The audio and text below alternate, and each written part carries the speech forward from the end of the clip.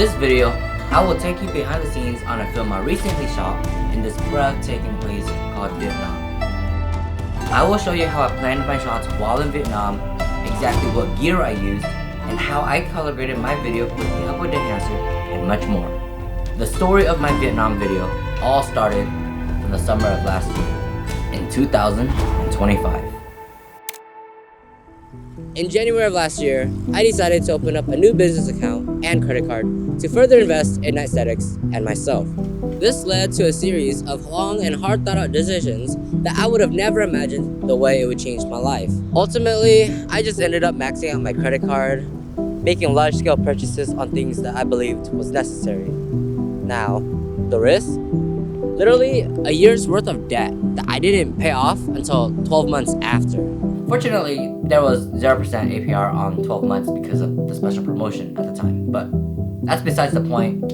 Seeing as how the money has been drowned away, I was fully committed in making the most of it.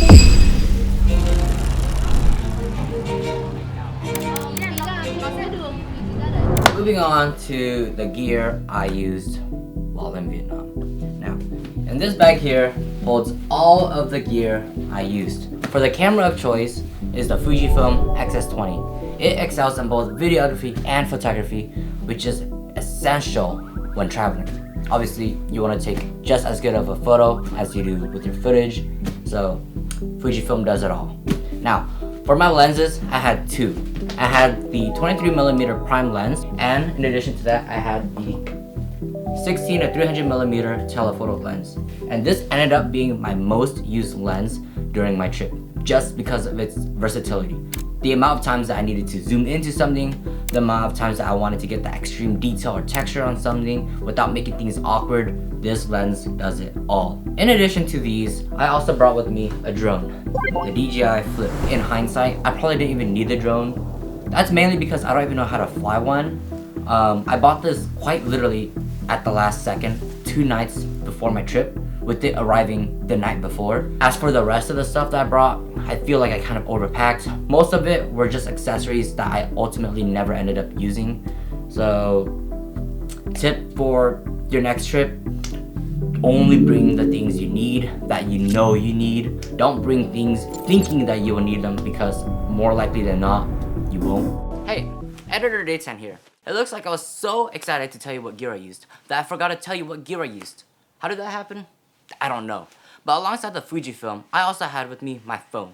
This phone right here. No, not this one. This is the 17 Pro Max. Its predecessor, the 15 Pro Max. In all honesty, I shot on my phone way more than I had expected to. The phone really shines in moments where movements were too quick, time was too short, and hands were handsless. Handsless? Handsless.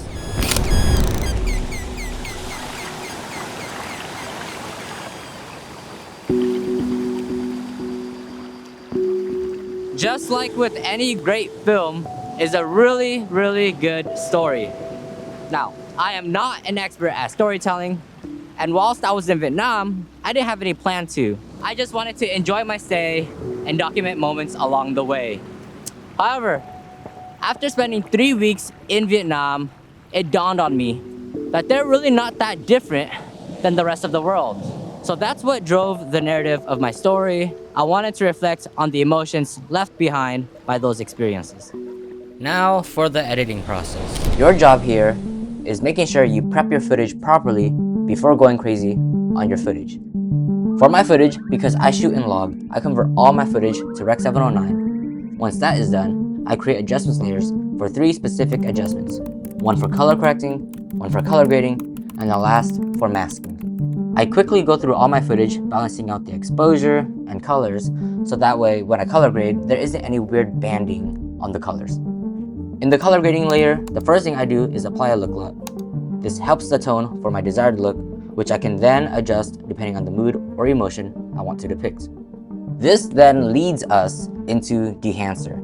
Now, let me just start off by prefacing that Dehancer is a film emulation plugin for video editing softwares such as Premiere Pro and DaVinci, as well as others. There are 4 main features that Dehancer has that I will be using specifically that traditional films have that digital cannot replace, which are film profiles, film grain, halation, and bloom. Starting with the film profile, you want to set your input camera first and then your film profile. I prefer Cineon Film Log because it has a more cinematic contrast meant for film. For the profiles, I use Kodak Vision 350D because it is the most color neutral.